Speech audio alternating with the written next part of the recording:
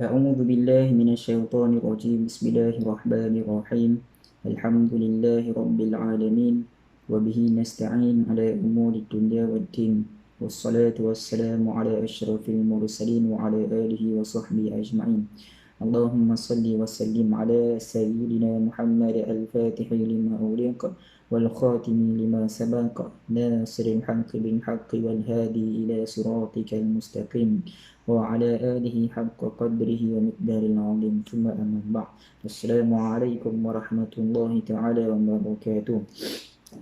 Alhamdulillah, bersyukur kepada Allah Subhanahu Wa Taala. Hari ini dapat kita sama-sama meneruskan pengajian tafsir Al-Quran kita untuk kali kedua secara tidak bersemukalah secara atas talian. Baik para jemaah dirahmati Allah sekalian, tanpa kita membuang masa, kita akan sambung syarahan kita pada ayat pentafsiran yang seterusnya, iaitu pada ayat yang ke 142 surah Al-A'raf ayat 142 juzuk 9 ya. A'udzu billahi minasyaitonir rajim.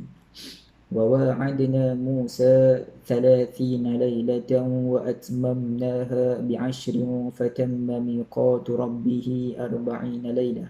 Ni ayat ni cerita pasal Nabi Musa, dia dapat kitab Taurat ya.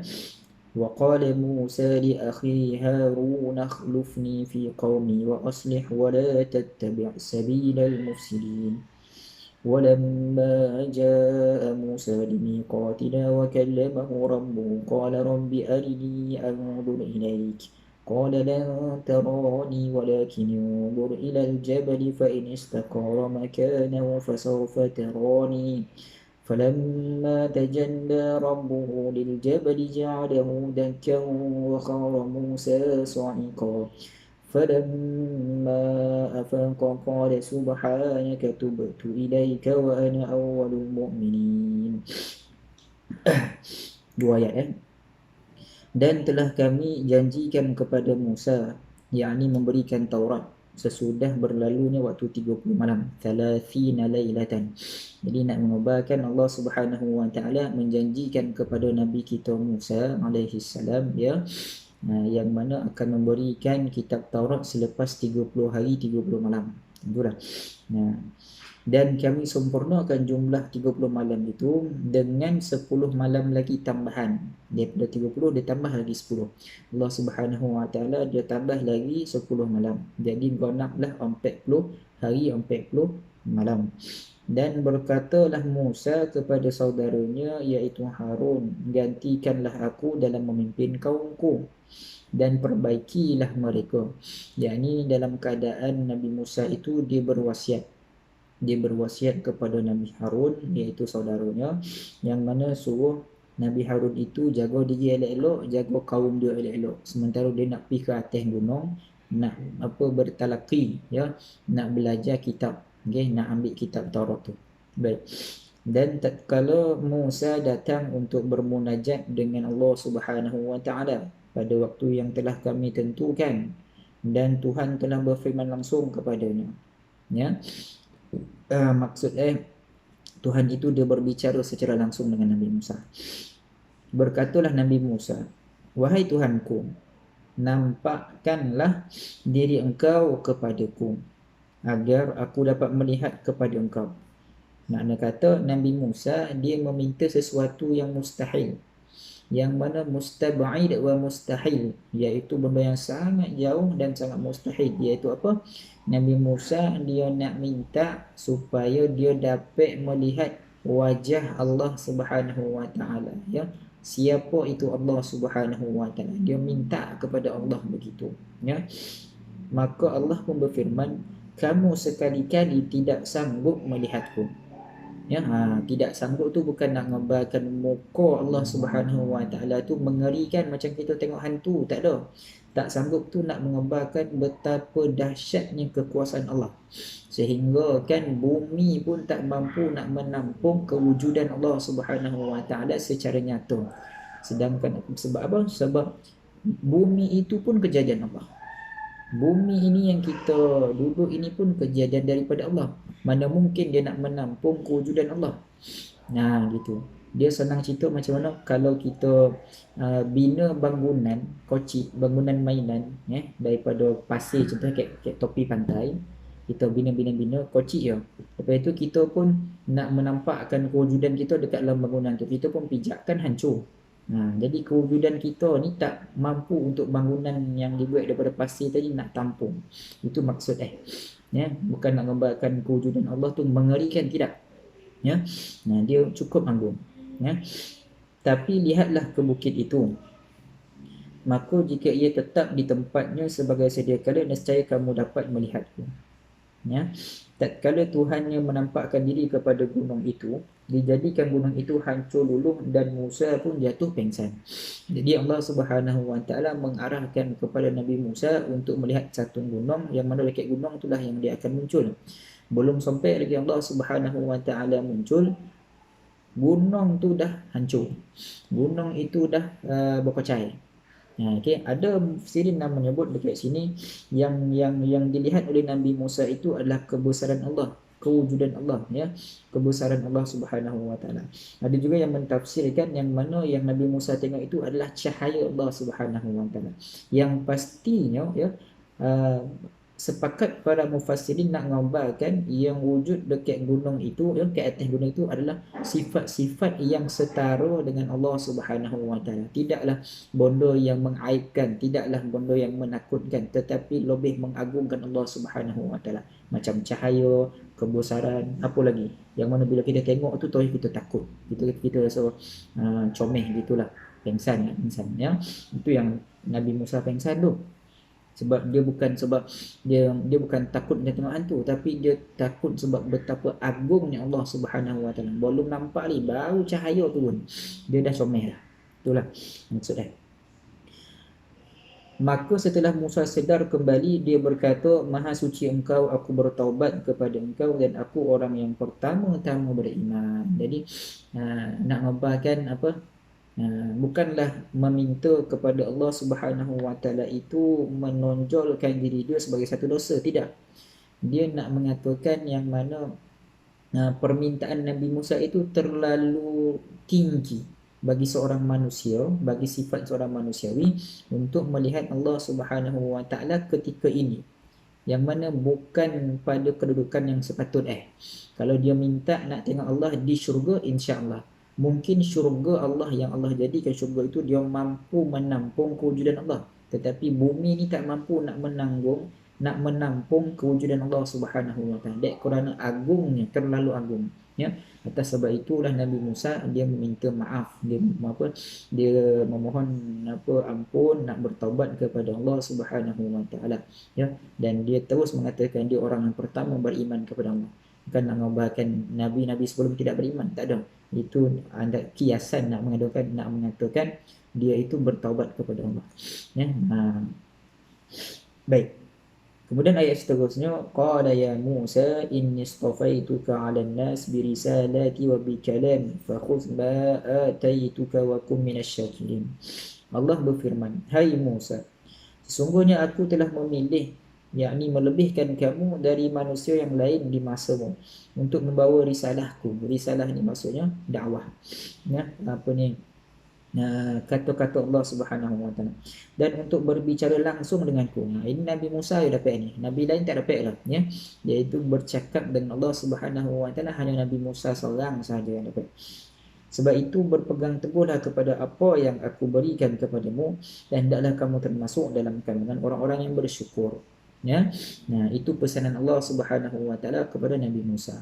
Jadi Nabi Musa dia telah dapat kitab Taurat dan dia telah mampu untuk berbual dengan Allah Subhanahu Wa Taala. Itulah satu-satunya nabi yang berbicara secara langsung dengan Allah Subhanahu Wa Taala ketika itu. Kita tolak tepilah Nabi Muhammad. Nabi Muhammad itu maqam dia lain. Sebelum Nabi Muhammad dialah orang dialah orang. Bukanlah kata nabi-nabi yang lain tidak berbicara, tetapi nabi-nabi lain dia berbicara melalui perantaraan malaikat Jibril alaihissalam. Jadi Nabi Musa dia dapat dia punya mukjizat dia itu dia punya keagungan dia. Jadi Allah Subhanahu Taala menyuruh dia bersyukur, satu nikmat tu. berbual dengan apa? Dengan Allah Subhanahu Wa Taala, berbicara. Kita pun kalau kita apa dapat bercakap dengan yang di-Pertuan Agong, satu kampung kita cerita, kan? Yang di-Pertuan Agong, yang di Tuan Besar Negeri Sembilan contoh kan, ya. Ataupun orang-orang kenamaan. Beliau kita cerita kat kawan, tadi dah jumpa tu beliau kan. Nah, itu baru sikit tu.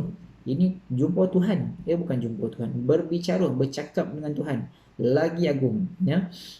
Masa itulah. Tapi kalau sekarang ni kalau kita cakap kita berbicara dengan Allah, mau orang golak. Sebab kita bukan makam para nabi, para anbiya, ya. Wa katabna lahu fil alwahi min kulli syai'in maw'izatan wa tafsila li kulli syai'in fakhudha bi quwwatin wa'mur qaumaka ya'khudhu bi ahsaniha saurikum daral fasiqin. Dan telah kami tuliskan untuk Musa pada luh-luh. Luh ni kita boleh gambarkan sebagai batu lah, batu batu, ya.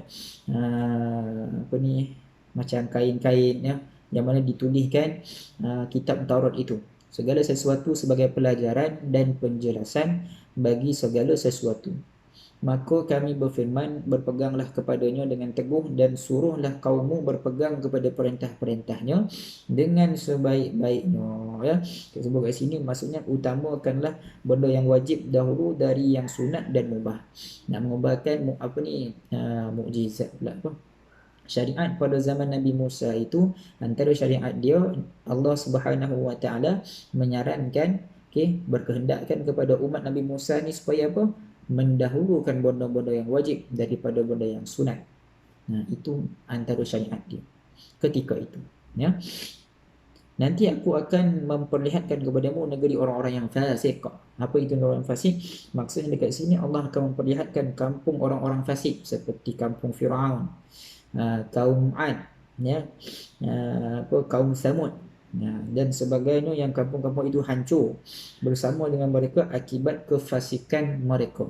Ini kaum Firaun. Nabi Musa memang dengan Firaun, tapi Firaun pada zaman Nabi Musa sebelumnya kita dah cerita, bukan Firaun yang pertama, ya. Firaun pada zaman Nabi Musa itu dah generasi yang dah terkebelakang, yang kelima, yang keenam. Firaun yang pertama lain. Jadi itu yang Nabi yang disebutkan oleh Allah Subhanahu Wa Taala dekat dalam ni, ya. Kemudian kaum Ad, ya, kaum Samud, iaitu kaum pada zaman Nabi Nuh, Nabi Idris, gitu terdahulu. Aku akan memalingkan orang-orang yang menyombongkan dirinya di muka bumi tanpa alasan yang benar dari tanda-tanda kekuasaanku. Memalingkan orang-orang yang menyombongkan diri di muka bumi tanpa alasan yang benar.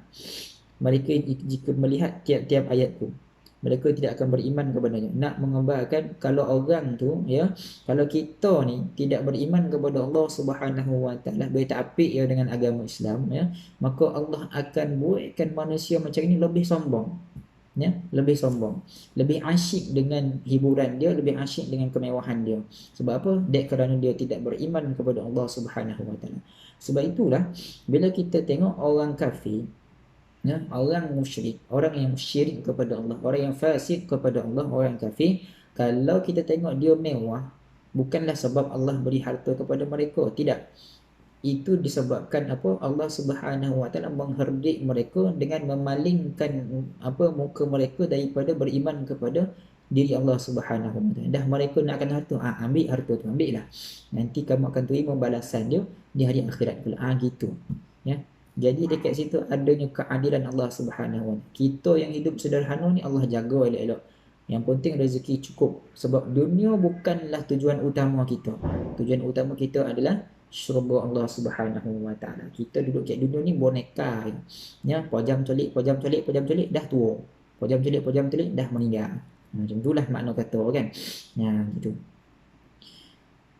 Dan jika mereka melihat jalan yang membawa kepada petunjuk, mereka tidak mahu menempuhnya. Tapi jika mereka melihat jalan kesesatan, mereka terus menempuh.